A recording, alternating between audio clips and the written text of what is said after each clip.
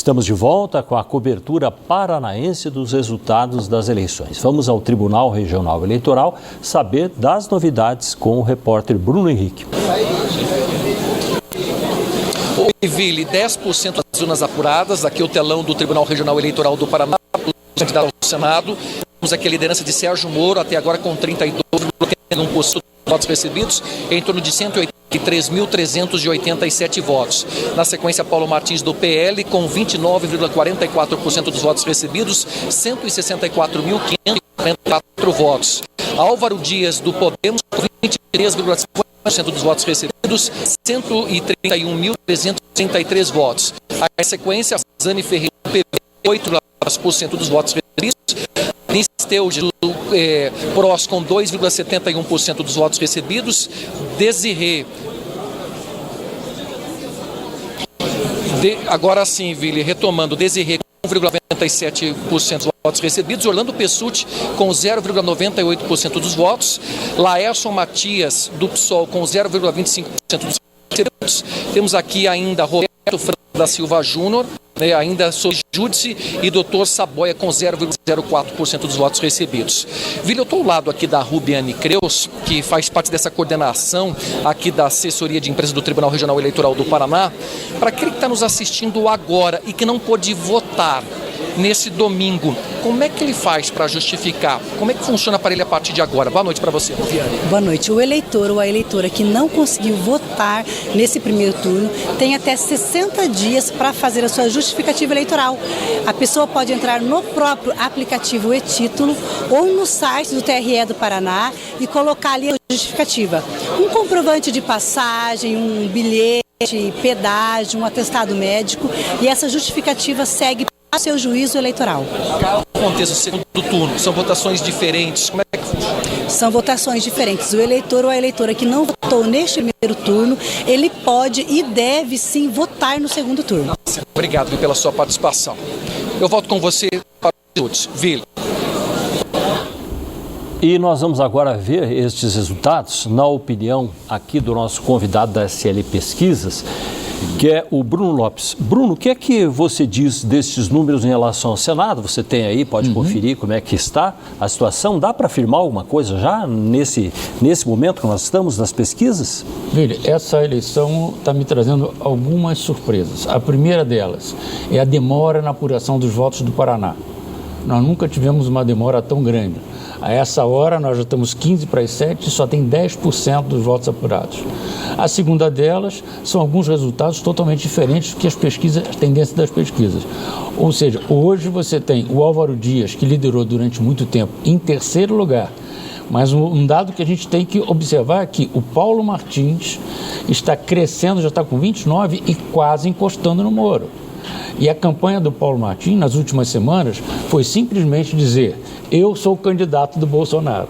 Então, para você ver a força do Bolsonaro no Paraná, ele provavelmente tirou os votos do Álvaro e ele está conseguindo crescer a ponto de tornar a eleição do Moro também insegura. Então, a eleição para o Senado, ela está, dependendo da região do estado que vieram os votos, é uma surpresa que vai nos fazer repensar a questão do dia da eleição, que pode ser que o eleitor esteja escondendo realmente o voto.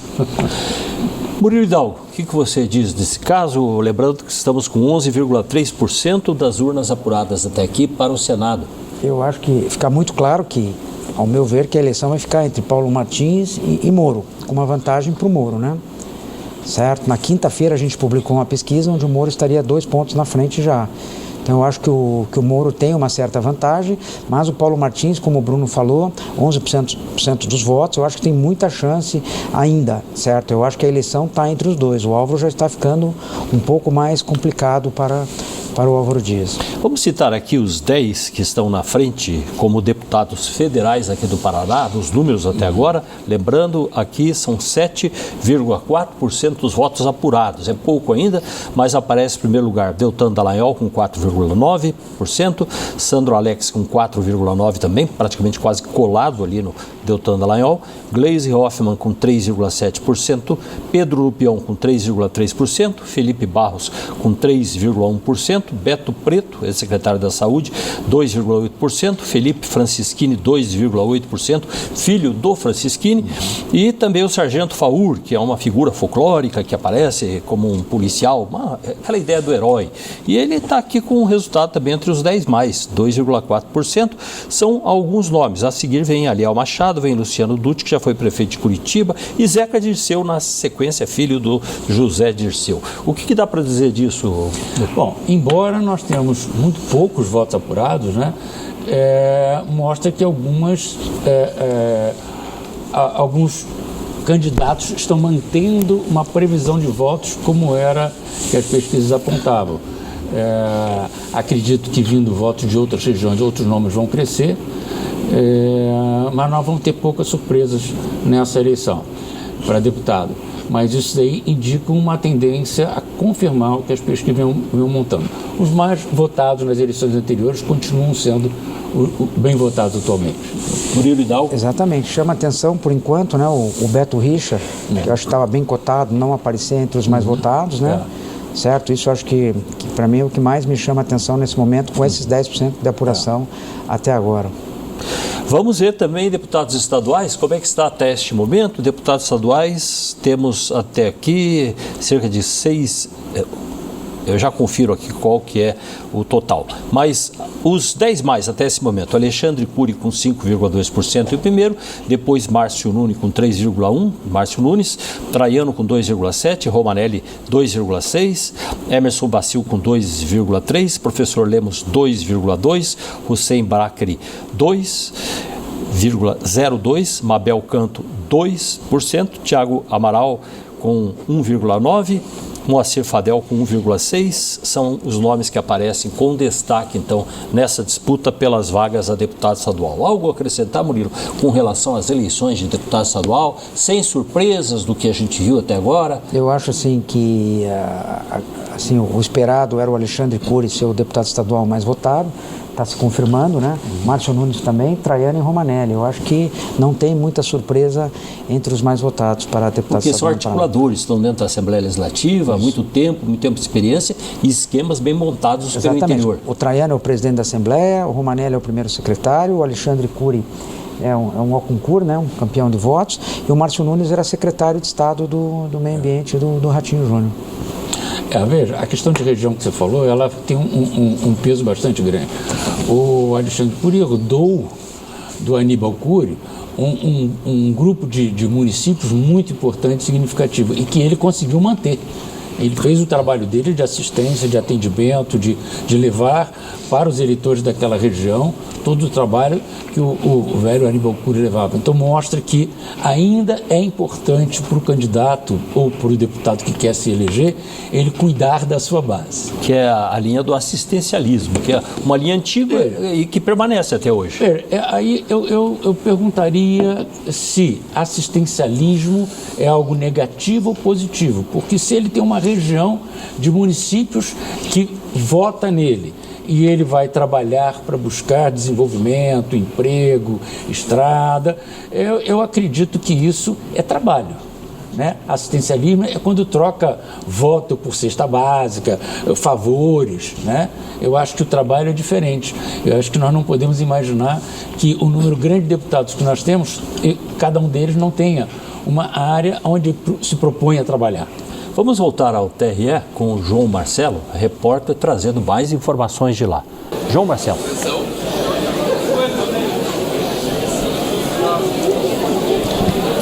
Oi, Vili, boa noite para você, boa noite a todos. Nós seguimos aqui do TRE acompanhando a apuração dos votos aqui no Paraná. Nós temos agora, neste momento, 17,72% das sessões totalizadas e apuradas. A maioria delas ainda aqui na capital, aqui em Curitiba. Então, temos muitas sessões que precisam ser apuradas no interior do estado. Mas já podemos ter um balanço prévio aí do desenho que a gente começa a ter para a Câmara dos Deputados. Em primeiro lugar, aí com 57% 57 mil, pouco mais de 57 mil votos, Deltan Dallagnol, ex-procurador do MPF, ele que é do Podemos e concorre a uma vaga, uma cadeira aí na Câmara dos Deputados. Em segundo lugar tem Sandro Alex, PSD, que foi secretário de infraestrutura aqui no governo do estado, secretário do governador Ratinho Júnior, ele é do PSD, partido do nosso governador. E em terceiro lugar, Felipe Barros, que é do PL, partido do presidente Jair Bolsonaro. Felipe Barros tem 40.132 votos. Aí agora o desenho para deputado estadual, nós também temos aqui em primeiro lugar Alexandre Cury, do PSD, Márcio Nunes e Romanelli, os três primeiros colocados do partido do governador. Lembrando que vários deputados estavam em outros partidos até a metade do ano. Eles migraram para o partido do governador Ratinho Júnior. Como a gente pode ver, teve um resultado bem positivo quando a gente começa a perceber que esse desenho se dá agora já nas cadeiras que começam a ser ocupadas. Os três mais votados até agora, nesse balanço prévio, com pouco mais de 17% das urnas apuradas, são de candidatos que fazem parte da base do governador Ratinho Júnior. Nós vamos seguir acompanhando esse balanço, a apuração das urnas e das sessões aqui diretamente do TRE e voltamos a qualquer momento. Vili, é com você aí no estúdio.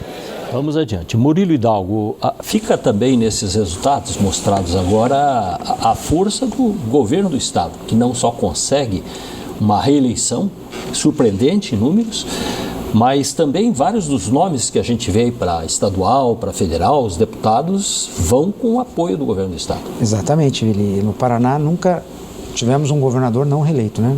O Paraná reelegeu todos os seus governadores, certo?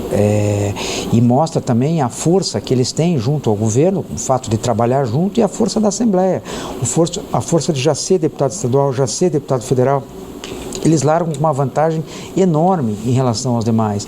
E essa eleição também não foi uma eleição de gente nova, né? É uma eleição do modelo político antigo, certo? Do trabalho para a base, quer dizer, é uma eleição completamente diferente do perfil da eleição passada, onde se elegeu muita gente que era despolitizado.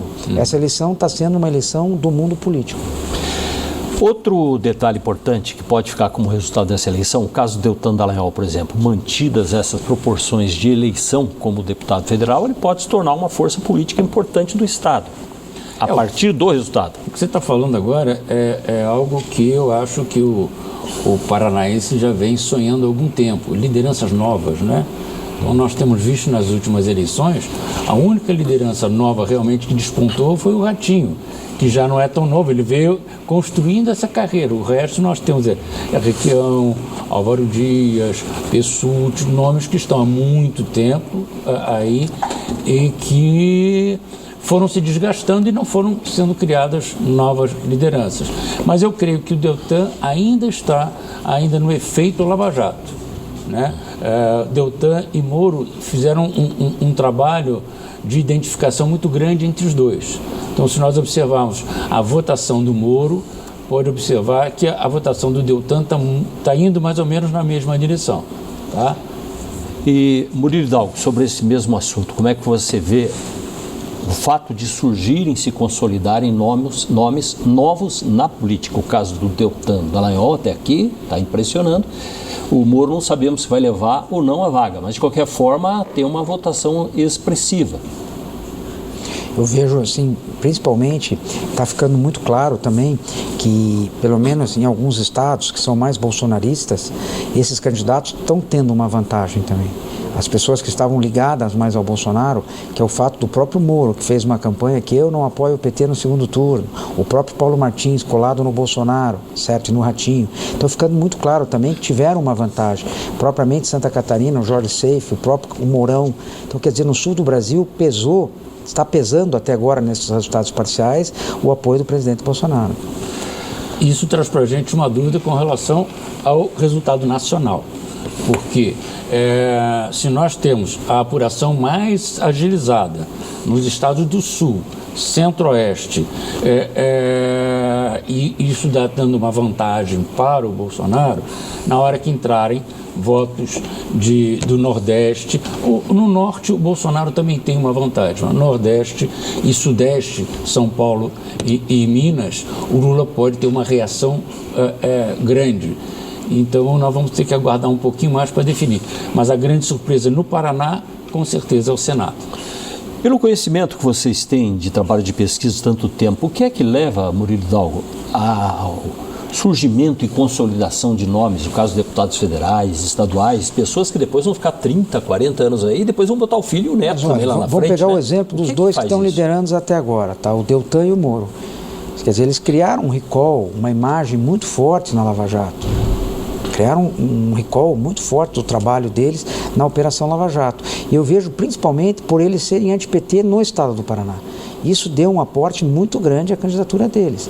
Se eles estivessem em estados do Nordeste, provavelmente o apelo deles seria quase nada. Mas no Paraná, eu te diria que isso foi o grande apelo.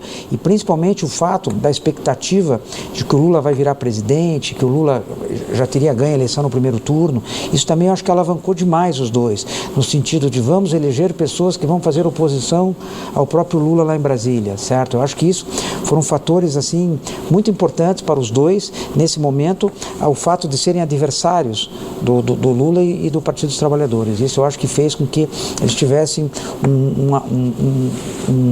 uma força muito grande nessa reta final de campanha, principalmente com o fato das pesquisas estarem mostrando que o Lula poderia ganhar, ou pode, né, ganhar as eleições, porque ainda não acabou, falta muito para apurar ainda, no primeiro turno. Então isso fez com que eu acho que houvesse uma corrida aos dois nomes, né?